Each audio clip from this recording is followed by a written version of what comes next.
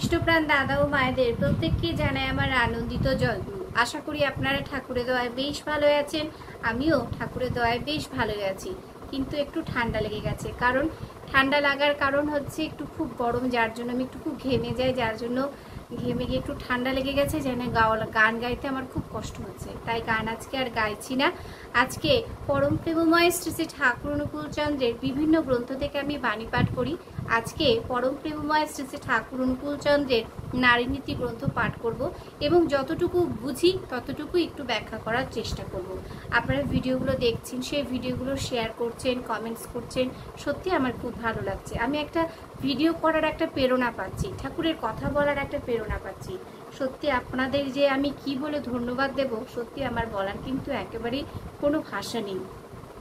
কারণ আপনারা এত কাজের মাঝেও ঠাকুরের কথাগুলো একটু হলেও শোনেন, সেই কথাগুলো আপনাদের ভালো লাগে, আপনাদের হৃদয় রাজ্যে সেই কথাগুলো মনে গাঁথে, আর সেই কথাগুলো আপনারা সবার কাছে পৌঁছে দেওয়ার জন্য শেয়ার করেন। সত্যি বলছি, খুব ভালো লাগে আপনার আমাদের এই ভিডিওগুলো আপনারা অতটা শেয়ার করেন।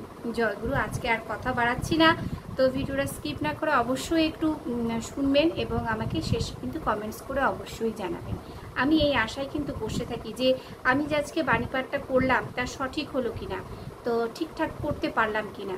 সবাই যদি আপনারা ভিডিওগুলো দেখে যদি সেই ভিডিওটা যে আমি বাণীপাঠ করলাম তার ব্যাখ্যা করার চেষ্টা করলাম সঠিক হচ্ছে কিনা সেটা যদি আমাকে ধরিয়ে দেন, তাহলে আমার সত্যিই খুব ভালো লাগবে। জয়গুরু। আজকের বিষয় বিবর্তনে পাওয়া। পরম প্রেমময় শ্রী শ্রী ঠাকুর অনুকূল চন্দ্রের নারীনীতি গ্রন্থ পাঠ।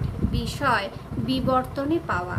পুরুষ স্বভাবতই মেয়েদের প্রতি আকৃষ্টই থাকে, এটা কিন্তু স্বাভাবিক নিয়ম, এবং স্বাভাবিক নিয়মেই ঠাকুর বলছেন পুরুষ স্বভাবতই মেয়েদের প্রতি আকৃষ্ট থাকে। তাই মেয়েদের স্বভাব পুরুষে প্রতিফলিত ও প্রজ্বলিত হইয়া পুরুষের বৈশিষ্ট্যকে উদ্দীপ্ত করে। পুরুষের বৈশিষ্ট্যকে উদ্দীপ্ত করে।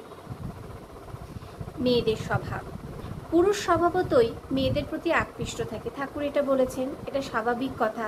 তাই মেয়েদের স্বভাব কি? তাই মেয়েদের স্বভাব হচ্ছে পুরুষে প্রতিফলিত ও প্রজ্বলিত হইয়া, প্রতিফলিত হইতে হবে এবং প্রজ্বলিত হয়ে পুরুষের বৈশিষ্ট্যকে উদ্দীপ্ত করতে হবে। পুরুষের যে একটা বৈশিষ্ট্য থাকে সেই বৈশিষ্ট্যকে কিন্তু উদ্দীপ্ত করতে হবে।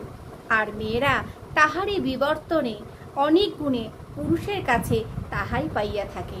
পুরুষের কাছে কিন্তু মেয়েরা তাহার গুণে পুরুষের কাছে তাহাই পাইয়া থাকে।